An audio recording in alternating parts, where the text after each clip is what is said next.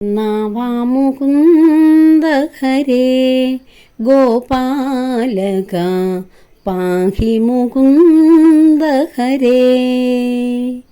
നവാമുകുന്ദ ഹരേ ഗോപാലക പാഹി മുകുന്ദ ഹരേ. വരദായക യദുനന്ദന സുന്ദര നാവാമുകുന്ദ ഹരേ ഗോപാലക പാഹി മുകുന്ദ ഹരേ. മാഘമഹോത്സവം എന്ന കേരള കുംഭമേള കഴിഞ്ഞതിന് ശേഷം ഞാൻ വന്നതേ ഉള്ളൂ വീട്ടിലേക്ക്. ഇപ്പോൾ സമയം വെളുപ്പിനെ 4:45. വന്നതിന് ശേഷം കുറച്ച് റെസ്റ്റൊക്കെ എടുക്കണം എന്ന് കരുതിയതാണ്. എങ്കിലും പോയി അവിടെ ഉണ്ടായ അനുഭവങ്ങളും സന്തോഷങ്ങളും ഒക്കെ പ്രിയമുള്ളവരോട് പങ്കുവച്ചിട്ട് ആകാം മറ്റ് വിശ്രമങ്ങളെന്ന് തോന്നി. ശനിയാഴ്ച രാത്രിയിൽ 9 മണിക്കുള്ള ട്രെയിനിന് മാവേലി എക്സ്പ്രസ്സിൽ കയറി. അവിടെ എത്തിയപ്പോൾ 2:35 ആയതേ ഉള്ളൂ കുറ്റിപ്പുറം സ്റ്റേഷനിൽ. തവനൂര് ചെന്നതിന് ശേഷം ശിവഭഗവാന്റെയും ബ്രഹ്മദേവൻ്റെയും ക്ഷേത്ര ദർശനം കഴിഞ്ഞതിന് ശേഷം നമ്മുടെ നാവാമുകുന്ദ ക്ഷേത്രത്തിലേക്ക് പോവുകയും പിന്നീട് സ്നാനം കഴിക്കുകയൊക്കെ ചെയ്യാമെന്നുള്ള പദ്ധതിയോടുകൂടിയാണ് പോയത്. ട്രെയിനിനകത്ത് ധാരാളം പേരുണ്ട്, ഒരുപാട് പേര് അവിടേക്ക് ഈ മാഘമഹോത്സവത്തിൽ പങ്കെടുക്കുവാനെത്തിയ ധാരാളം പേരുണ്ട്. ട്രെയിനിൽ വെച്ച് തന്നെ എനിക്ക് ഒരു അമ്മയും അച്ഛനെയും പിന്നെ വേറൊരു തിരുവനന്തപുരത്തു നിന്ന് വന്ന മറ്റൊരാളെയൊക്കെ പരിചയമായി. അങ്ങനെ ഞങ്ങൾ 4 പേരും കൂടി ഈ കുറ്റിപ്പുറം സ്റ്റേഷനിൽ എത്തി. പുതിയതായിട്ട് ഏറ്റവും പുതിയ ഒരു സ്റ്റേഷനായിട്ട് തോന്നി. അതിൻ്റെ ടോയ്ലറ്റുകളും വിശ്രമ മുറികളും ഒക്കെ വളരെ നല്ലതായിരുന്നു. അവിടെ അവർ പറഞ്ഞു നമുക്ക് അവിടെ ആരുമില്ലപ്പോൾ. രാത്രി 2:30 ആയതേ ഉള്ളൂ. അവിടെ കയറി ഞങ്ങൾ യാതൊരു തിരക്കും ഇല്ലായിരുന്നു. നല്ല ശുദ്ധമായിട്ട് വൃത്തിയായിട്ട് കിടന്ന കുളിമുറിയും ടോയ്ലറ്റും ഒക്കെ ഉണ്ടായിരുന്നു. അവിടെ കയറി ഞങ്ങൾ ഓരോരുത്തരായിട്ട് കുളിച്ച് വേഷമൊക്കെ മാറി അവിടെ തന്നെ ഒരുങ്ങുകയൊക്കെ ചെയ്ത് ഞങ്ങൾ പുറത്തേക്ക് വന്നപ്പോൾ റെയിൽവേ സ്റ്റേഷൻ്റെ മുന്നിൽ തന്നെ ഓട്ടോ സ്റ്റാൻഡും ഉണ്ട്. ഒന്നിനും നമുക്ക് ദൂരെ പോകണ്ട. അതിന് താഴോട്ട് ഇറങ്ങി വന്നാൽ ചായക്കടയൊക്കെ പ്രവർത്തിക്കുന്നുണ്ട്. രാത്രിയിൽ പ്രവർത്തിക്കുന്ന കടയാകാം, 1-2 ചെറിയ ചായക്കട ഒക്കെ ഉണ്ട്. അപ്പോൾ എൻ്റെ കൂടെ വന്നവർ നമുക്ക് ചായയൊക്കെ കുടിക്കാം എന്ന് പറഞ്ഞ് ചായയൊക്കെ കുടിച്ചു. അതിനുശേഷം ബസ് സ്റ്റാൻഡും അതിനരികിൽ തന്നെയാണ്. ഓട്ടോ സ്റ്റാൻഡും ടാക്സി സ്റ്റാൻഡും ബസ് സ്റ്റാൻഡും എല്ലാം അടുത്തടുത്താണ്. അപ്പോൾ അവിടെ തിരക്കിയപ്പോൾ രാവിലെ 6 മണിക്കേ ബസ്സുള്ളൂ. ഈ രാത്രി 2:35 വന്ന് ഞങ്ങളപ്പോൾ 3 മണി ആകുന്നതേ ഉള്ളൂ കുളിച്ചൊരുങ്ങി വന്നപ്പോഴത്തേക്ക്. 3 മണി ആയിട്ടില്ല. അപ്പോൾ ഇത്രയും സമയം നമ്മൾ ബസ്സിന് പോകാമെന്ന് എൻ്റെ കൂടെയുള്ളവർ പറഞ്ഞു. ഞാൻ പറഞ്ഞപ്പോൾ ഈ 6 മണി വരെയും ബസ് കാത്തു നിന്നിട്ട് അവിടുന്ന് പിന്നെയും അരമണിക്കൂറിൽ കൂടുതൽ യാത്രയുണ്ട്. 9 കിലോമീറ്റർ ഉണ്ട് പിന്നീട്. അപ്പോഴത്തേക്ക് ബസ്സൊക്കെ കിട്ടി. അവിടെ ചെല്ലുമ്പോഴത്തേക്ക് ഒത്തിരി വൈകിയില്ലേ. നമ്മൾ എന്തിനാ ഒരു കാര്യത്തിന് വേണ്ടി ഇറങ്ങി വന്നതല്ലേ. അപ്പം നമ്മൾ ഈ റോഡിലും ബസ് സ്റ്റാൻഡിലും ഒന്നും ഇരിക്കുന്ന ശരിയല്ല, നമുക്ക് പോകാം, ഓട്ടോ പിടിക്കാമെന്ന് പറഞ്ഞു. ഓട്ടോക്കാരനെ ഓട്ടോ കിട്ടാനുമൊക്കെ വളരെ വിഷമമാണ്, രാത്രിയല്ലേ.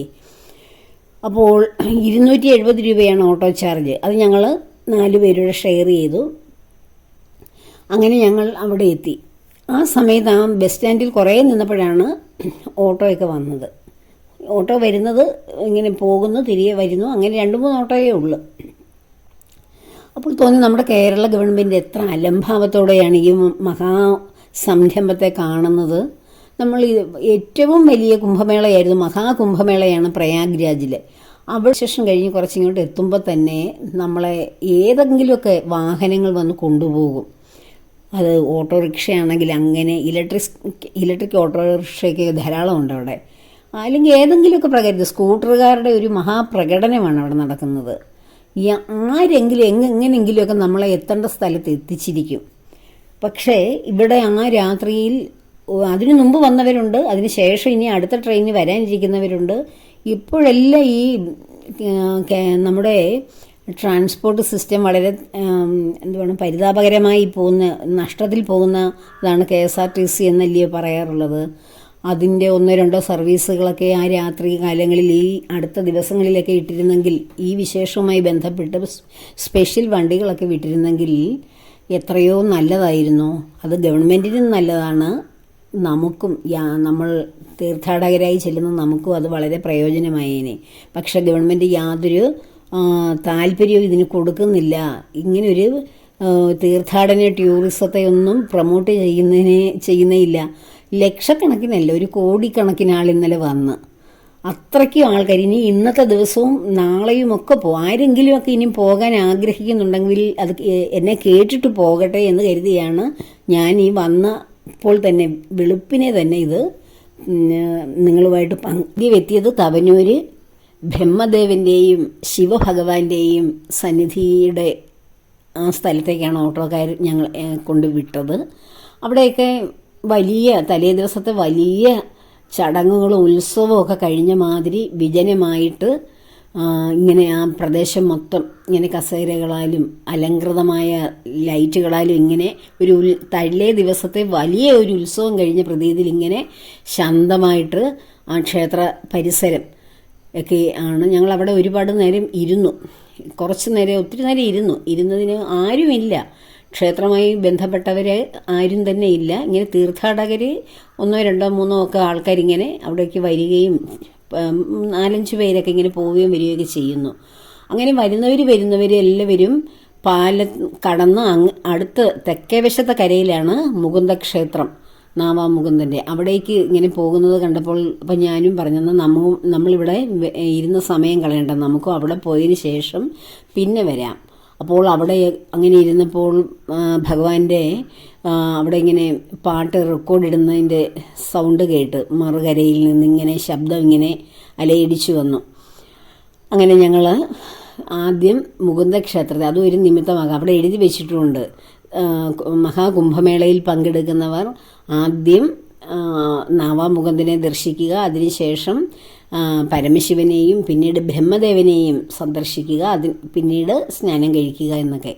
അതുപോലെ ഞങ്ങൾ ഈ പാലം കടന്ന് പാലത്തേക്കൂടെ, അവിടെ ഒരു താൽക്കാലിക പാലം ഉണ്ട്. ആ പാലത്തിലേക്ക് എത്തുന്നതിന് മുമ്പ് ഈ നിളാനദിയുടെ ചരിത്രമാണ് നമുക്ക് പറയാനുള്ളത്. നിള ഇങ്ങനെ വരണ്ട് കിടക്കുകയാണ്, വലിയ കാട് പിടിച്ച പുല്ലുകളും ഒക്കെ ആയിട്ട്. നമ്മൾ ചില സിനിമയിലൊക്കെ കണ്ടിട്ടുണ്ടല്ലോ, നിളയുടെ ആ പ്രദേശം ഇങ്ങനെ പൂ പിടിച്ച പുല്ലുകളുമായിട്ട് ഇങ്ങനെ കാട് പിടിച്ച് കിടക്കുന്നത്. അത് എത്രയോ വിശാലമാണ്, ഗംഗാനദിയെപ്പോലെ വളരെ വിശാലമായ സ്പേസിലാണ് അത്. അത്രയും ഈ വരണ്ട് കിടക്കുന്ന സ്ഥലങ്ങളിലെല്ലാം ജലം ഉണ്ടായിരുന്നുവെങ്കിൽ ഗംഗാനദിയെപ്പോലെ, ഗംഗാദേവിയെപ്പോലെ വളരെ വിശാലമായ ജലസമ്പത്തിനുടമയായിരുന്നു നിളാദേവി. ആ നിളയുടെ മാറിലൂടെയാണ് നമ്മളിങ്ങനെ നടന്ന് ആ താൽക്കാലിക പാലം ഈ ജലമുള്ള ഭാഗത്താണ് കെട്ടിയിരിക്കുന്നത്. അപ്പോൾ ആ പാലത്തിൽ കൂടി സഞ്ചരിക്കുന്നതിനേക്കാൾ കൂടുതൽ ദൂരം ഈ നിളയുടെ മാറിലൂടെ നമ്മളിങ്ങനെ ആ ചരലിലൂടെ പൂഴിമണലിലൂടെ സഞ്ചരിക്കണം. അതൊക്കെ അന്നേരം വെട്ടിത്തെളിച്ച് വൃത്തിയാക്കിയ വഴിയാണ്. വളരെ ഘോരമായ പുല്ല് പിടിച്ച് കിടക്കുന്ന പ്രദേശങ്ങളാണ്. ഇടയ്ക്കിടയ്ക്ക് ചെറിയ കുഴി പോലെയുള്ള വെള്ളമുള്ള പ്രദേശങ്ങൾ, ധാരാളം കൊക്കുകളും. അതൊക്കെ പകലാണ് അത് കാണാൻ സാധിച്ചത്. ഞങ്ങൾ ചെല്ലുമ്പോൾ ഇങ്ങനെ മറുകരയിലേക്ക് ആ പാലത്തിൽ ഇങ്ങനെ ലൈറ്റുകളൊക്കെ ഉണ്ട്. അത് വളരെ വളരെ വളരെ ബ്യൂട്ടിഫുള്ളായിട്ടുള്ളൊരു കാഴ്ചയാണ്. ആ പാലത്തിൽ ഇങ്ങനെ നിരവധി ലൈറ്റുകൾ ഇങ്ങനെ ഭഗവാന്റെ സന്നിധിയിലേക്ക് തിരിയുന്ന ആ ഭാഗം വരെയും, മറുകരയിൽ ഇവിടെ നിന്ന് നമുക്ക് അപ്പുറം ആ ഭാഗം കാണാം ഭഗവാന്റെ ക്ഷേത്രം. അവിടെ നിന്ന് ഇങ്ങോട്ട് നോക്കിയാലും നിളാരതി എല്ലാം അവിടെ നിൽക്കുന്നവർക്ക് നന്നായിട്ട് കാണാം. അപ്പോൾ ഈ ഇപ്പുറത്ത് തവനൂര് ഭാഗത്തെ കരയിലാണ് നിളാരതിയും സത്സംഗങ്ങൾ നടക്കുന്നതും ഓരോ പരിപാടികളൊക്കെ നടക്കുന്നത്. മറുകരയിൽ തെക്കേക്കരയിൽ നാവാമുകുന്ദ ക്ഷേത്രത്തിൽ ഭഗവാനുമായിട്ട് ബന്ധപ്പെട്ട ഒരുപാട് സത്സംഗങ്ങളും കാര്യങ്ങളും പൂജകളും, അതുപോലെ ഏറ്റവും പ്രധാനം അവിടെ പിതൃതർപ്പണമാണ്. ഞങ്ങളവിടെ വെളുപ്പിനെ ചെന്നപ്പോൾ തന്നെ പിതൃതർപ്പണത്തിൻ്റെ വലിയൊരു ക്യൂ അവിടെ ഇങ്ങനെ അപ്പോൾ അതിനേക്കാളും മുന്നേ രാത്രിയിൽ വന്നവരും അവിടെ ഉണ്ടായിരുന്നു. അതുകൊണ്ടാണ് അത്രയും വലിയ ക്യൂ അവിടെ കണ്ടത്. അപ്പോൾ ഞങ്ങൾ ഈ പൊടിയും ചരലും, ആ ചരലിൻ്റെയൊക്കെ അത്രയും ചരലിൻ്റെയൊക്കെ സമ്പത്ത് ആ മണലിൻ്റെയൊക്കെ സമ്പത്ത് ആ നിളാദേവി തൻ്റെ മാറിൽ തൻ്റെ അടിയൊഴുക്കിൽ ഇങ്ങനെ സൂക്ഷിച്ചു വെച്ചിരുന്നത് കൊണ്ടാണ് ആ നിളയെ അങ്ങനെ കുത്തി നശിപ്പിച്ച് അതിൽ നിന്നും മണലെല്ലാം വാരി അങ്ങനെ നീരൊഴുക്കില്ലാതാക്കിയതെന്ന് എനിക്ക് തോന്നി. എത്ര വലിയ മണൽ സമ്പത്താണ് നിള ഇങ്ങനെ തൻ്റെ ആ അടിത്തട്ടിൽ ഇങ്ങനെ സൂക്ഷിച്ചു വെച്ചിരിക്കുന്നത്. അതാണ് ഇപ്പോൾ ഒരു സമ്പത്തുള്ളവരുടെ സമ്പത്തിന് വേണ്ടി മക്കളെല്ലാവരും കൂടി ആ അച്ഛനമ്മമാരെ ഉപദ്രവിക്കുകയോ അല്ലെങ്കിൽ അവരെ വേണ്ട വിധം നോക്കാതെ മത്സരിക്കുകയൊക്കെ ചെയ്യില്ലേ എന്ന് പറഞ്ഞ പോലെ ഇവിടെ നിളാദേവിയുടെ സമ്പത്ത് ചൂഷണം ചെയ്ത് ദേവിയെ നോക്കാതെ അങ്ങനെ ഊഷരമാക്കി കളഞ്ഞു. എത്ര വിശാലമാണ്, ഗംഗാദേവിയെ പോലെ വിശാലമാണ് നിള. പക്ഷേ ആ കാട് പിടിച്ച് കിടക്കുന്ന പ്രദേശങ്ങളെല്ലാം ജലം ഒഴുകിയിരുന്നെങ്കിൽ എത്ര വലിയ ഒരു ജലസമ്പത്തായിരുന്നു നമ്മുടെ കേരളത്തിന്. അത്രയും ആ ജലമുള്ളത് ഒരു ഭാഗത്ത് മാത്രമാണ്, അതിൻ്റെ 3-4 മടങ്ങ് ജലമില്ലാത്ത പ്രദേശങ്ങളാണ്. അങ്ങനെ ആ നിളയുടെ ആ തീരെങ്ങനെ കിടക്കുകയാണ് നോക്കത്താ ദൂരത്തോളവും. അത് പഴയ കാലത്ത് അത്രയും വലിയൊരു ജലസമ്പത്ത് ഒഴുകിപ്പോയിരുന്നു എന്ന് ചിന്തിക്കുന്നത് തന്നെ ഒരു മനസ്സിന് വളരെ ഒരു കുളിർമയുള്ള ഒരു അനുഭവമായിട്ട് തോന്നി. അതിനും ശേഷം ഇങ്ങനെ ഈ നിളയുടെ മാറിലൂടെ നമ്മളിങ്ങനെ സഞ്ചരിച്ച് അതൊരു താൽക്കാലികമായിട്ട് ഇങ്ങനെ വൃത്തിയാക്കിയ പ്രദേശമാണ്. പൂഴിമണലാണ്. ചരലും മണലിലൂടെയും സഞ്ചരിച്ച് നമ്മൾ താൽക്കാലിക പാലത്തിൽ കയറി. അത് താൽക്കാലിക പാലം ഒരുപാട് ജനം തിങ്ങി വരുമ്പോൾ ഒരൊറ്റ ക്യൂ ആയിട്ട് അല്ലെ 2 ക്യൂ ആയിട്ട് മാത്രം ഒരു ഭാഗത്തേക്കും 2 ക്യൂ തിരിച്ചു, അങ്ങനെയാണ് അത് സെറ്റ് ചെയ്തിരിക്കുന്നത്. അപ്പോൾ ഞങ്ങൾ പോകുമ്പോൾ 4-5 പേരൊക്കെ ഉള്ളൂ. അപ്പോൾ അങ്ങനെ പോയി അപ്പുറത്ത് ചെന്നപ്പോൾ നവമുകുന്ദ ക്ഷേത്രമാണ്. അതിൻ്റെ പുറകുവശത്തേക്കാണ് നമ്മൾ ചെല്ലുന്നത്. മുൻഭാഗം വീണ്ടും തിരിഞ്ഞ് നമ്മൾ ചെല്ലുമ്പോഴാണ് മുൻഭാഗത്ത് ചെല്ലുന്നത്. ഈ പാലം ഇറങ്ങി ചെല്ലുന്നത് പിറകു ഭാഗത്താണ്. വീണ്ടും തെക്കുവശത്തൂടെ വരുമ്പം ഫ്രണ്ട് ഭാഗം കാണാൻ സാധിക്കും. അങ്ങനെ ഞങ്ങൾ അവിടെ ചെന്നു. എത്രയോ നേരം തൊഴുതു ഭഗവാനെ. ഭഗവാൻ ഇങ്ങനെ പട്ടൊക്കെ ഉടുത്ത് ഇങ്ങനെ സുന്ദരനായിട്ട് അവിടെ നിൽക്കുകയാണ്. വളരെ പൊക്കത്തിലാണ്. എനിക്ക് പൊക്കക്കുറവായത് കൊണ്ട് ആദ്യമൊക്കെ കാണാൻ പറ്റത്തില്ലായിരുന്നു. വലിഞ്ഞാണത് ഞാൻ ഭഗവാനെ കണ്ടത്. ഒരുപാട് പൊക്കത്തിലാണ്, സ്റ്റെപ്സൊക്കെ കഴിഞ്ഞാണ് ഭഗവാനെ ഇരുത്തിയിരിക്കുന്നത്. പക്ഷേ ശ്രീകോവിലിന് മുന്നിൽ ചെല്ലുമ്പോൾ നമുക്ക് നന്നായിട്ട് കാണാൻ സാധിക്കും ഭഗവാനെ.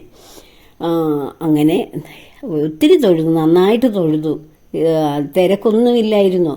നന്നായിട്ട് ഇഷ്ടമുള്ള അത്രയും നേരവും തൊഴുതു. ഗണപതി ഭഗവാനുണ്ടായിരുന്നു, മറുവശത്ത് ലക്ഷ്മി ദേവിയുണ്ട്. ഭഗവാന് പ്രധാനമായിട്ട് നമ്മൾ സമർപ്പിക്കുന്നത് താമരയാണ്, താമരപ്പൂവ്. ആ താമരമാലയ്ക്കും താമരപ്പൂവിനും ഒക്കെ നമ്മൾ രസീതാക്കി അതവിടെ ഒരു കുട്ടിയുണ്ട്, നമുക്കത് കെട്ടിത്തരാൻ. ആ കുട്ടി കെട്ടി നമ്മുടെ രസീതിനോടൊപ്പം ഭഗവാന് സമർപ്പിക്കും. അപ്പോൾ ആ കുട്ടിക്ക് നമ്മൾ അവനത് കിട്ടുന്നതിന് വേണ്ടി രസീത് കൂടാതെ നമ്മൾ എന്തെങ്കിലുമൊക്കെ പൈസ കൊടുക്കും. അതിനുശേഷം അകത്ത് തന്നെ നല്ല ക്ഷേത്രമാണ്, നല്ല മനോഹരമായിട്ടുള്ള ഭഗവാന്റെ സംവിധാനങ്ങൾ. അതിന് പുറത്ത് ഇങ്ങനെ നാമമൊക്കെ ജപിക്കുന്നുണ്ട്. ഞാനവിടെ ഇരുന്ന് സഹസ്രനാമം, വിഷ്ണു സഹസ്രനാമം ജപിച്ചുകൊണ്ടിരിക്കുമ്പോൾ നമ്മുടെ ചാനലിൽ സ്ഥിരമായിട്ട് കാണുന്ന 2-3 പേര് എൻ്റെ അടുക്ക് എന്നെ ദൂരെ നിന്ന് നോക്കുകയും അടുത്ത് വരികയും പിന്നെ ഞാൻ നാമജപം കഴിഞ്ഞപ്പോൾ എന്താണെന്ന് ചോദിച്ചപ്പോഴാണ് എന്നെ കാണണമെന്നുള്ള ആഗ്രഹത്തിൽ ഇറങ്ങി തിരിച്ചവരാണ്. ഞാനവിടെ ഉണ്ടാകുമെന്നൊരു ഉറപ്പായിട്ടും തീരുമാനിച്ചു എന്ന് പറഞ്ഞ് വളരെ സന്തോഷത്തോടു കൂടി എൻ്റെ അടുക്കേക്ക് ഓടി വന്നു. എനിക്ക് അവരെയൊന്നും അറിഞ്ഞുകൂടായിരുന്നു. ഇത് ഞാൻ സംസാരിക്കുന്ന കേട്ട് പ്രചോദനം ഉൾക്കൊണ്ടുകൊണ്ട് ജീവിക്കുന്നവരാണ്. എന്നെ കണ്ട് കണ്ണ് നിറഞ്ഞു. വളരെ സന്തോഷം എനിക്കും തോന്നി. പേര് ഞാൻ കറക്റ്റായിട്ട് ആശ എന്നാണ് എന്നോട് പറഞ്ഞത്. പിന്നെ അതിൻ്റെ അനുജത്തിയും മറ്റു ബന്ധുക്കളും ഒക്കെ ഉണ്ടായിരുന്നു. അങ്ങനെ തന്നെ അല്ല പേരെങ്കിലും എന്നോട് ക്ഷമിക്കുക. അപ്പോഴാണ് ഞാൻ മനസ്സിലാക്കിയത്, ഞാൻ സംസാരിക്കുന്നത് കൊണ്ട് ഒരുപാട് പേർക്ക് വളരെ സന്തോഷവും ആശ്വാസവും ഒക്കെ കിട്ടുന്നുണ്ടല്ലോ എന്ന്. പലപ്പോഴും തോന്നും ഇത് മതിയാക്കാം, വേറെ കാര്യങ്ങളിൽ ഏർപ്പെടാം എന്നൊക്കെ തോന്നും. പക്ഷെ ഇങ്ങനെ ഓരോ സ്ഥലങ്ങളിലും അവിടെ വേറെ പലരും എന്നെ കണ്ടുകൊണ്ട് പിന്നീട് ഓടി വന്നു, എന്നെ തിരിച്ചറിഞ്ഞു. ഞാൻ എൻ്റെ മുഖം പോലും ഇല്ലാതെ ഞാൻ സംസാരിച്ചിട്ടും എന്നെ തിരിച്ചറിയുന്നുണ്ടല്ലോ ഭഗവാന്റെ കാര്യങ്ങൾ പറയുന്നത് കൊണ്ട്. അപ്പോൾ ആ തിരിച്ചറിവ് ഭഗവാൻ തിരിച്ചറിയുന്നത് പോലെയുള്ളൂ. അല്ലാതെ എനിക്കങ്ങനെ എന്നെ ഒന്ന് തിരിച്ചറിയണം എന്നൊന്നും എനിക്ക് തോന്നിയിട്ടേ ഇല്ല. ഗുരുവായൂർ ചെല്ലുമ്പോഴും ക്ലോക്ക് റൂമിൽ ഇരിക്കുന്ന കുട്ടി എൻ്റെ അടുക്ക് ഓടി വന്നിട്ട് ചോദിച്ചു, ചേച്ചിയല്ലേ യൂട്യൂബിൽ വീഡിയോ ചെയ്യുന്ന ചേച്ചി എന്നൊക്കെ ചോദിച്ചു. അവിടെയും പലരും എന്നെ അറിയുമായിരുന്നു. ആ തിരിച്ചറിവൊന്നും നമുക്ക് അതിൻ്റെ ആവശ്യം പോലുമില്ല. ഭഗവാന്റെ കാര്യമല്ലേ പറയുന്നത്. ഏതെങ്കിലുമൊക്കെ പ്രകാരത്തിൽ ആരെങ്കിലുമൊക്കെ ഇതൊക്കെ എത്തുക എന്നേ ഉള്ളൂ. നമ്മുടെ സനാതന ധർമ്മം നിലനിൽക്കുകയും അതിനെക്കുറിച്ച് കൂടുതൽ ജനങ്ങളിലേക്ക് നഷ്ടപ്പെട്ടു പോയ ആ പ്രതാപം എല്ലാവരിലേക്കും എത്തിക്കുക എന്നൊരു ദൗത്യം മാത്രമാണ് ചെയ്യുന്നത്. അല്ലാതെ എന്നെ അറിയണമെന്നോ എനിക്ക് മറ്റുള്ളവരെ അറിയണമെന്നോ ഒന്നുമില്ല. ഭഗവാനെ അറിയുക എൻ്റെ നാവിലൂടെ, അത്രയും മാത്രമേ ഉള്ളൂ. എല്ലാവർക്കും ഭഗവാന്റെ കാരുണ്യം കിട്ടും, അല്ലെങ്കിൽ ഒരു കടാക്ഷം കിട്ടും, ഭഗവാൻ കൂടുണ്ട് എന്നൊരു ഉറപ്പുണ്ടാവുക. അങ്ങനെ ഒരു ഉറപ്പ് വന്നാൽ തന്നെ എൻ്റെ ജീവിതം ധന്യമായി. അങ്ങനെ നാവാമുകുന്ദ ക്ഷേത്രത്തിൽ അപ്പോൾ വെളുപ്പിനെ അവിടെ കർമ്മം ആരംഭിച്ചു. പിതൃകർമ്മങ്ങൾ ധാരാളം പേരുണ്ട്. അതും ഇങ്ങനെ ഒരു ബാരിക്കേഡൊക്കെ നദിയിൽ കെട്ടി അതിനുള്ളിലാണ് അത് ചെയ്യുന്നത്. സ്റ്റെപ്പ് ഇറങ്ങി താഴെ പോകണം. ക്ഷേത്രം വളരെ ഉയരത്തിലാണ്. ധാരാളം സ്റ്റെപ്പുകൾ, പടവുകൾ ഇറങ്ങി താഴെ ചെന്നതിന് ശേഷമാണത് ചെയ്യുന്നത്. അതിനുശേഷം വീണ്ടും ഞങ്ങൾ അവിടെ തൊഴുത് ഒരുപാട് നേരം ഇരുന്നു. പലരും പിരിഞ്ഞു പോയി. ഈ സത്യം പറഞ്ഞാൽ തിരക്കുള്ള ക്ഷേത്രങ്ങളിൽ ആരും കൂട്ടുകാരുമായിട്ട് വരാതിരിക്കുന്നതാണ് നല്ലതെന്ന് എനിക്കിപ്പോൾ പല അനുഭവങ്ങളുണ്ട്. ഞാൻ പ്രയാഗ്രാജിലെ കുംഭമേളയ്ക്ക് പോയപ്പോൾ എനിക്കൊരു കൂട്ടുകാരിയെ കിട്ടി. നമ്മുടെ ചാനലിലുള്ള ആൾ തന്നെയാണെന്ന് ഞാൻ പറഞ്ഞു. അന്നും ഞാൻ പിരിഞ്ഞിരുന്നു പലപ്പോഴും. ഈ കൂടെ ഉള്ള ആളിനെ നോക്കാൻ വേണ്ടിയിട്ട് കുറേ സമയം നമുക്ക് നഷ്ടപ്പെടും. കണ്ടില്ലെങ്കിലുള്ള അങ്കലാപ്പും വിഷമവും ഒക്കെ ഉണ്ടാവും. ഇതാണ് നമ്മൾ തനിച്ചാണെങ്കിൽ നമുക്ക് അങ്ങനെ ഒരു പ്രശ്നം വരുന്നില്ല. ആരെയും ഇത്രയും വലിയ തിരക്കിനകത്തിൽ ആരെയും കാണണ്ട. നമ്മൾ തന്നെ സുരക്ഷിതരായിട്ടിരിക്കുക. നമ്മുടെ സുരക്ഷിതത്വമാണ് വലിയ തിരക്കുള്ള പ്രദേശത്ത് പോകുമ്പോൾ ഏറ്റവും അനിവാര്യമായിട്ട് ഉണ്ടാകേണ്ടത്. ഞങ്ങൾ അവിടുന്ന് തിരിച്ചു വന്നു. ഞാൻ അവരെയൊക്കെ കണ്ടില്ല അവിടെ വെച്ച്, ഈ മുകുന്ദ ക്ഷേത്രത്തിൽ വെച്ച് പലയിടത്ത്. പിന്നീട് വീണ്ടും ഈ പാലം കടന്ന് പരമശിവന്റെയും ബ്രഹ്മദേവന്റെയൊക്കെ അരികിലേക്ക് പോകുമ്പോൾ ഇടയ്ക്ക് വെച്ച് അമ്മയും അച്ഛനെയൊക്കെ കണ്ടു, എൻ്റെ കൂടെ ഇപ്പോൾ ഉണ്ടായിരുന്നവരെ. ഇടയ്ക്കിടയ്ക്ക് ഞങ്ങൾ പരസ്പരം കണ്ടുമുട്ടും, പിന്നെയും വീണ്ടും പിരിയും. അപ്പോൾ അങ്ങനെ ശിവക്ഷേത്രത്തിൽ എത്തി. അവിടെയും ഒരു ക്യൂ ഉണ്ട് അപ്പോഴത്തേക്കും. അപ്പോൾ 6 മണിയൊക്കെ ആയതേ ഉള്ളൂ. ഇങ്ങനെ സൂര്യഭഗവാൻ ഉദിച്ചിട്ട് പോലും ഇല്ല. അവിടെ തൊഴുതു. അവിടെയൊക്കെ ക്ഷേത്ര നിർമ്മാണത്തിനുള്ള ഫണ്ടൊക്കെ നമ്മൾ കൊടുക്കുന്നുണ്ട്. നമ്മളെ കൊണ്ടാവുന്നതൊക്കെ ചെയ്യണം. ആ ക്ഷേത്രങ്ങളൊക്കെ കണ്ടാൽ നമുക്ക് വലിയ വിഷമം തോന്നും. നമ്മുടെ സനാതനധർമ്മത്തിൻ്റെ നാഴികക്കല്ലായിട്ടുള്ള മഹാക്ഷേത്രങ്ങളൊക്കെ ഒരു ഒത്തിരി പഴക്കം വന്ന മാതിരിയൊക്കെ ഇരിക്കുന്ന കാണുമ്പോൾ നമ്മുടെ തന്നെ വീട് പോയാൽ നമ്മൾ എന്ത് ചെയ്യും? നമ്മൾ ആ വീട് വല്ല വിധേനയൊക്കെ പുതുക്കാൻ ശ്രമിക്കും, അല്ലെ പുതിയ വീടൊക്കെ നിർമ്മിക്കാൻ ശ്രമിക്കും. അപ്പോൾ അതിനൊരു കല്ല് വാങ്ങിക്കാനുള്ള പൈസ നമ്മളും കൊടുക്കുക. അതിനുശേഷം ബ്രഹ്മദേവന്റെ ക്ഷേത്രം, അത് ഈ ശിവക്ഷേത്രത്തിൽ നിന്ന് താഴെ സ്റ്റെപ്പ് ഇറങ്ങി താഴെ വന്നതിന് ശേഷം ഒരു മല പ്രദേശം, അതായത് നദിയുടെ പൊക്കം പ്രദേശമാണിത്. നദി അതിന് താഴെയാണ് നിളയുടെ ആ മണൽ കിടക്കുന്നത്. നദീ തീരത്താണ് ഈ ക്ഷേത്രങ്ങൾ. അതിനുശേഷമാണ് നമ്മൾ ബ്രഹ്മക്ഷേത്രത്തിലേക്ക് ഒരു കമുക് എന്ന് വെച്ചാൽ അടയ്ക്കാമരങ്ങളുടെ ഒരു തോട്ടമുണ്ട്. അതിനിടയിലൂടെയാണ് നമ്മളിങ്ങനെ സഞ്ചരിക്കുന്നത്.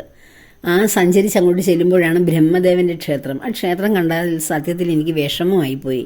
എത്ര തകർന്നു കിടക്കുന്ന ഒരു ക്ഷേത്രം! ബ്രഹ്മദേവന്റെ ക്ഷേത്രം എവിടെയോ വല്ലപ്പോഴും അല്ലുള്ളൂ. ഭാരതത്തിൽ 2 എണ്ണമേ ഉള്ളൂ എന്നാണ് ഞാൻ അറിഞ്ഞത്. ഒന്നാണ് ഈ നാവാമുകുന്ദ ക്ഷേത്രത്തിൻ്റെ എതിർഭാഗത്ത് കാണുന്ന ക്ഷേത്രം. അവിടെയും വളരെ പരിതാപകരമായിട്ടാണ് നാൻമുഖനായിരിക്കുന്ന ബ്രഹ്മദേവൻ. പക്ഷേ ബ്രഹ്മദേവന്റെ ആ സാന്നിധ്യം നമുക്ക് നന്നായിട്ട് അറിയാൻ സാധിക്കും. ബ്രഹ്മദേവൻ സർവ്വ ഐശ്വര്യങ്ങളോടും കൂടി നമുക്ക് വിജ്ഞാനം പകർന്ന് നമുക്കൊക്കെ ജന്മം തന്ന നമ്മുടെ പിതാവാണ് അവിടെ ഇരിക്കുന്നത്. ആ പിതാവിൻ്റെ സന്നിധിയിലെത്തിയ അനുഭവമാണ് ഉണ്ടായത്. അതുപോലെ തന്നെ ശിവക്ഷേത്രത്തിലും ആ മഹാശിവൻ, ആ കൈലാസനാഥനായ ശിവൻ, ആ ഉമാമഹേശ്വരനായ ശിവഭഗവാൻ നമ്മെ നോക്കി പ്രസാദിക്കുന്നത് നമുക്ക് നന്നായിട്ട് അറിയാൻ കഴിയും. മറ്റു ക്ഷേത്രങ്ങളിൽ നിന്ന് വളരെ സാന്നിധ്യം അവിടെയുണ്ട്. ഈ ബ്രഹ്മക്ഷേത്രത്തിൽ നിന്ന് നേരെ തെക്ക് ഭാഗത്തേക്ക് നോക്കുമ്പോൾ ഇതൊരു പൊക്കം കൂടിയ പ്രദേശമാണ്. അവിടെ നിന്ന് തെക്കോട്ട് നോക്കുന്നത്, പൊക്കം കൂടിയെന്ന് വെച്ചാൽ നദിയിൽ നിന്ന് കുറച്ച് ഉയർന്നു നിൽക്കുന്ന പ്രദേശം. നദിയുടെ മണൽത്തിട്ട മേളിലെ കരയിലാണ് ഈ ക്ഷേത്രങ്ങളിൽ 2 എണ്ണം. അപ്പോൾ അവിടുന്ന് തെക്കോട്ട് നോക്കുമ്പോൾ ആ നേരെ സ്ഥാനത്ത് തന്നെയാണ് നമ്മുടെ നാവാമുകുന്ദ ക്ഷേത്രം ഇരിക്കുന്നത്. അതിനിടയ്ക്കാണ് ഈ നിളാദേവി, അന്നപൂർണേശ്വരിയായ ജ്ഞാനസ്വരൂപിണിയായ ദേവി ഇങ്ങനെ എല്ലാം കേരള ഭൂമിയെ നനച്ചുകൊണ്ട് ഇങ്ങനെ ഒഴുകുന്നു. അപ്പോൾ നേരെ ഒരു വര വരച്ചാൽ ഈ ബ്രഹ്മദേവന്റെ ക്ഷേത്രവും മുകുന്ദ ക്ഷേത്രവും ഒരേ രൂപത്തിലാണ്. അതിൽ നിന്നൊരു ട്രയാങ്കിൾ ഷേപ്പിൽ ഒരു മൂല വേണമല്ലോ, അതേ ഷേപ്പിലാണ് ശിവക്ഷേത്രം ഇരിക്കുന്നത്. നമുക്കവിടെ ചെല്ലുമ്പോൾ അതൊക്കെ ശരിക്കും മനസ്സിലാക്കാൻ പറ്റും.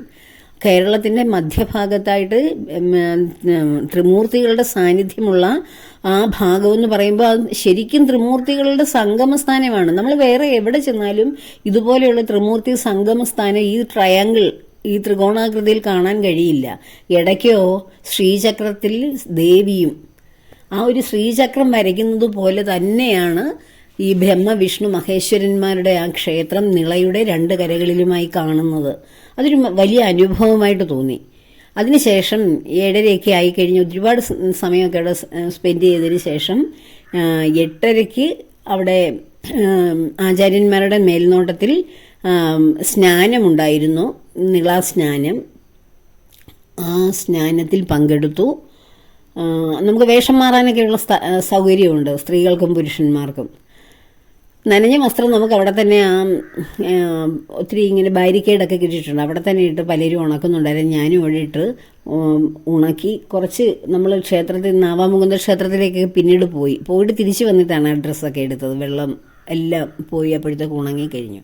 അപ്പോൾ സ്നാനം കഴിഞ്ഞ് വന്നപ്പോഴത്തേക്ക് നമ്മുടെ എല്ലമ്മാർക്കയുടെ രജിജി ഇല്ലയോ, എല്ലമ്മാർക്കെ നമ്മുടെ മുരുകസേനയുടെ വലിയ ഒരു ഉത്സവ പ്രകടനം പോലെ ധാരാളം ഒത്തിരി വിശേഷങ്ങളായിട്ട് നമ്മൾ ഒരുപാട് കളർഫുള്ളായിട്ടുള്ള നീല കളറിലെ തൊപ്പിയും ഒക്കെ വെച്ച കൊടിയും ഒക്കെ ആയിട്ട് ധാരാളം പേരാണ് ഒരു മുരുകസേന ഇങ്ങനെ കടന്നു വരുന്നു. ആ പാലത്തിലൂടെയും തവനൂര് ഭാഗത്തുനിന്ന് ഇങ്ങോട്ടും ഇല്ല.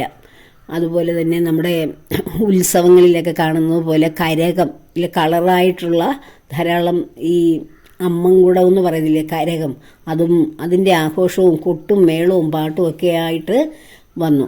അപ്പോൾ വെളുപ്പിനെ ഞാൻ മുകുന്ദക്ഷേത്രത്തിൽ ചെന്നപ്പോൾ, അത് ഞാൻ പറയാൻ വിട്ടുപോയി, ക്ഷേത്രത്തിലേക്ക് ചെന്ന് കഴിഞ്ഞപ്പോൾ നമ്മുടെ എല്ലമ്മാർക്കയുടെ രജിജിയെ ഞാൻ കണ്ടു. അദ്ദേഹം എന്നോട് സംസാരിച്ചു.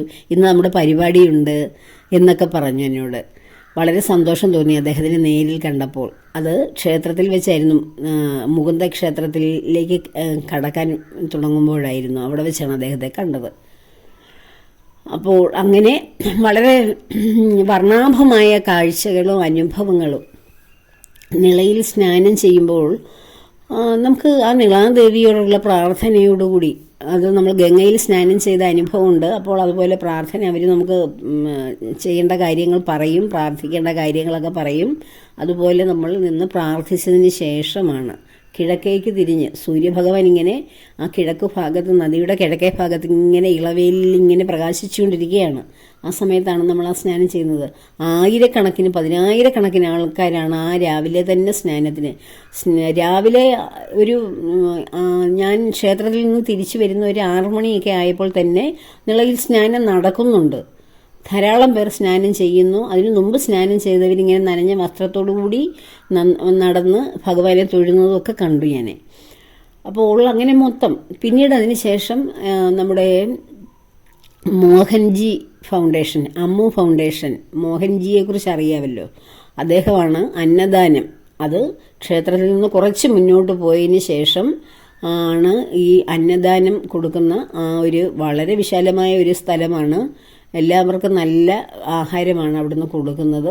രാവിലെ ഉപ്പുമാവും പപ്പടവും ഒക്കെ കഴിച്ചു. അതിനുശേഷം ഉച്ചയ്ക്കും നല്ല ആഹാരമൊക്കെ, ചോറും നല്ല ആഹാരങ്ങളൊക്കെ നമുക്ക് കിട്ടി. അത് അവിടെ വരുന്ന ലക്ഷക്കണക്കിന്, രാവിലെ അവിടെ ഒരു 10,000-ങ്ങളാണ് വന്നതെങ്കിൽ ഉച്ചയ്ക്ക് ഒരു ലക്ഷങ്ങളൊക്കെ വന്നു. എന്നാൽ വൈകുന്നേരമാകട്ടെ, നിള ആരതിയുടെ സമയമായപ്പോൾ ഒരു ഭയാനകമായ ഒരു ജനത്തെയാണ് നമുക്കവിടെ കാണാൻ സാധിക്കുന്നത്. ഇരുകരകളിലുമായിട്ട് നാവാമുകുന്ദ ക്ഷേത്രത്തിൽ ലക്ഷക്കണക്കിന് ആളുകൾ ഇപ്പുറത്തേക്ക് തിരിഞ്ഞ് അവിടുത്തെ സ്റ്റെപ്പുകളിലും അവിടെയുള്ള സ്ഥലങ്ങളിലെല്ലാം ഇരിപ്പുണ്ട്.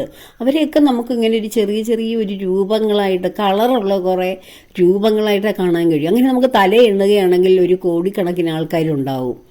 ഇപ്പുറത്ത് മണൽത്തിട്ടയിൽ, ആ നിളയുടെ തിട്ടയിൽ ഈ ഒരു 50 ലക്ഷത്തിൽ കൂടുതൽ ആൾക്കാർ കാണാം. ഒരു ഭയാനകമായ ഒരു കാഴ്ചയായിരുന്നു. അത്രയും ജനക്കൂട്ടം വൈകുന്നേരം ആയപ്പോൾ നിള ആരതിയുടെ സമയത്തേക്ക് ഒത്തുകൂടിയത് കണ്ടിട്ട് വളരെ ഒരു ഭയം തോന്നി. ഒരു ചെറിയ പ്രദേശത്ത്, പക്ഷേ നമ്മൾ യോഗി ആദിത്യനാഥ് അവിടെ നമുക്കൊരുക്കിയ ആ വിശാലമായ ഗംഗയുടെ മണൽപ്പരപ്പിൽ താൽക്കാലികമായ നൂറുകണക്കിന് പാലങ്ങളും നമ്മുടെ താമസവും ഫുഡും എല്ലാം നമുക്ക് വേണ്ടുന്ന കാര്യങ്ങളെല്ലാം അവിടെ യാത്രാ സൗകര്യങ്ങളും എല്ലാം ഒരുക്കി വെച്ചിരിക്കുകയാണ്.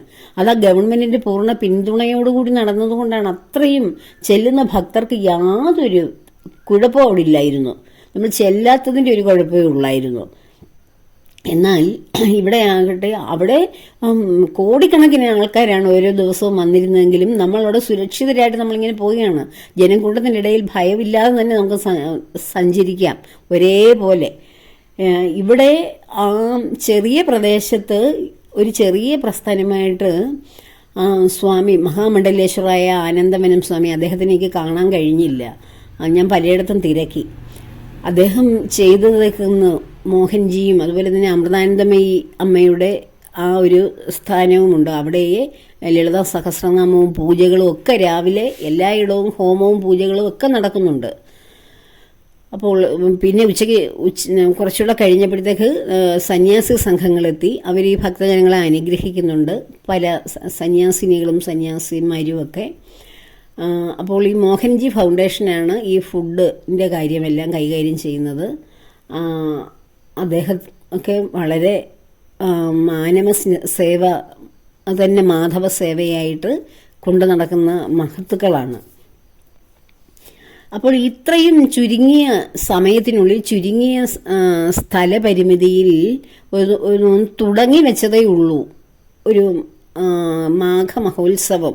അതൊരു കേരളം മുഴുവൻ, കേരളത്തിൽ നിന്ന് മാത്രമല്ല അന്യ സംസ്ഥാനത്ത് ധാരാളം മനുഷ്യരെ കണ്ടു. കർണാടകയിലും തമിഴ്നാട്ടിലേക്ക് ആ സ്ത്രീകളുമൊക്കെ അവരുടെ വേഷങ്ങളും ആ പുരുഷന്മാരെയൊക്കെ കാണുമ്പോൾ നമുക്കറിയാം നമ്മുടെ കേരളീയരല്ല അവരെന്ന്.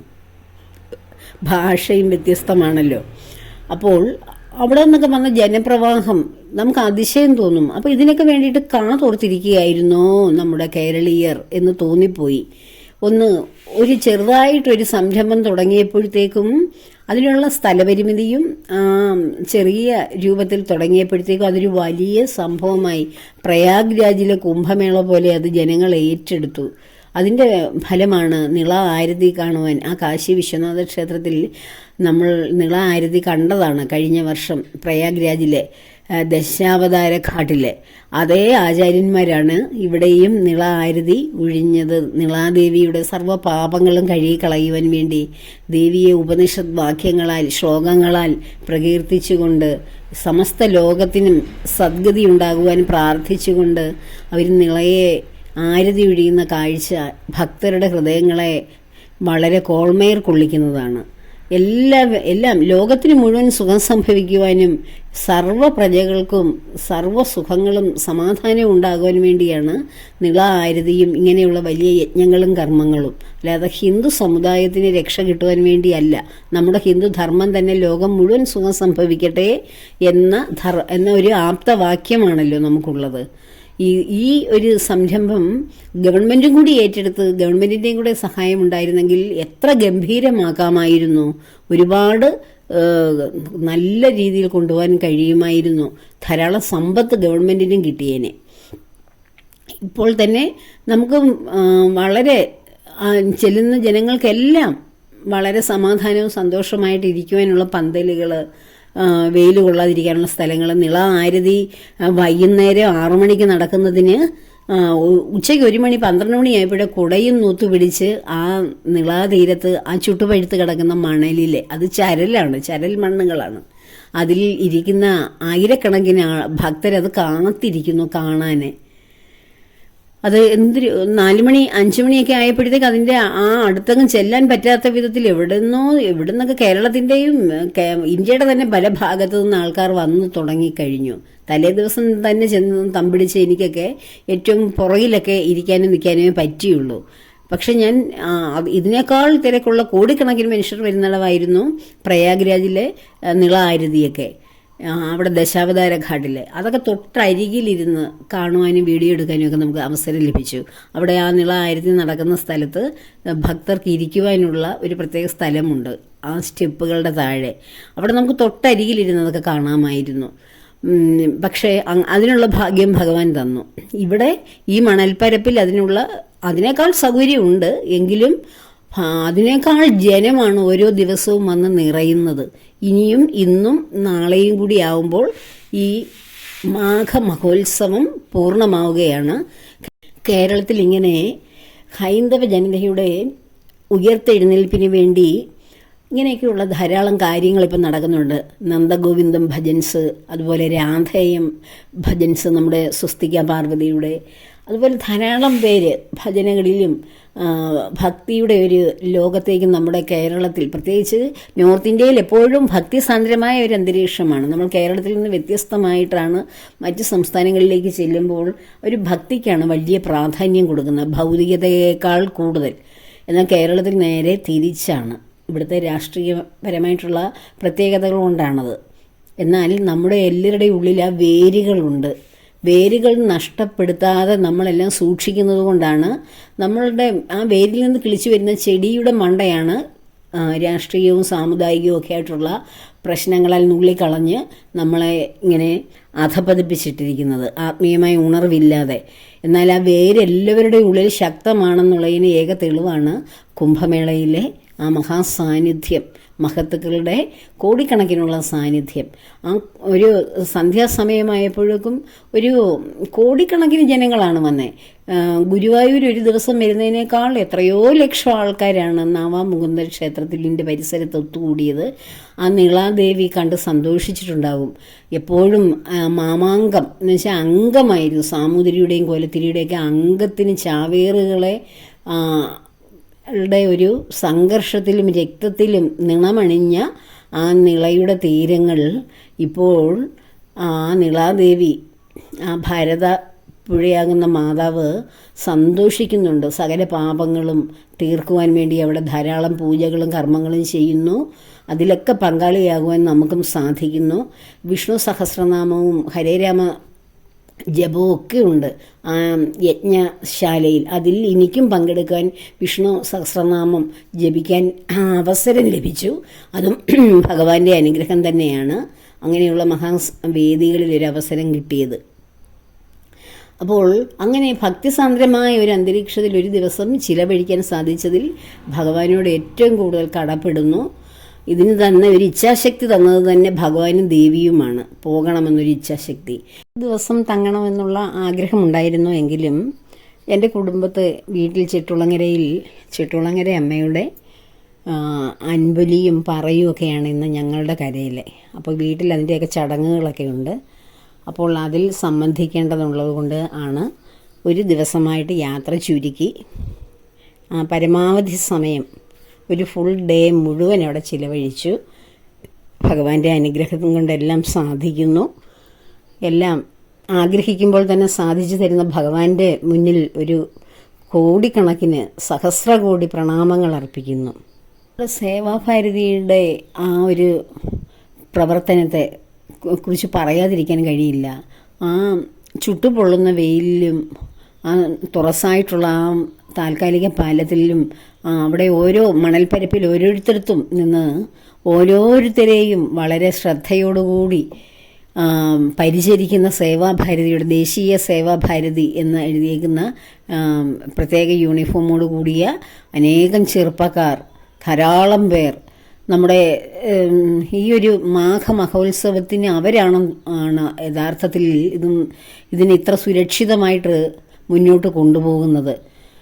എപ്പോഴും വെള്ളം കുടിച്ചിട്ട് പോകൂ എന്ന് പറഞ്ഞ് നല്ല ചൂടുള്ള വെള്ളം, തിളപ്പിച്ചാറ്റിയ ചൂടുള്ള വെള്ളം നമ്മുടെ ഓരോരുത്തരുടെ അരികിലേക്ക് കൊണ്ടുതരും. വെള്ളം കുടിക്കൂ എന്ന് പറഞ്ഞ് അവർ നിർബന്ധിക്കുകയാണ് ചെയ്യുന്ന ആ ചൂടിന്. അതുപോലെ യാത്രയുടെ തിരക്ക് ഒഴിവാക്കുവാനും റോഡിലും എല്ലായിടവും അവർ ഇങ്ങനെ രാപകൽ അധ്വാനിക്കുകയാണ്. ആ ചൂടിൽ ഇങ്ങനെ പ്രവർത്തിക്കുകയാണ്. പോലീസുകാർ പോലും അത്രയും ആ ചൂടത്ത് അവിടെ നിന്ന് അങ്ങനെയൊന്നും ചെയ്യുന്നില്ല. പട്ടാളക്കാരും ഒക്കെ ഉണ്ട്.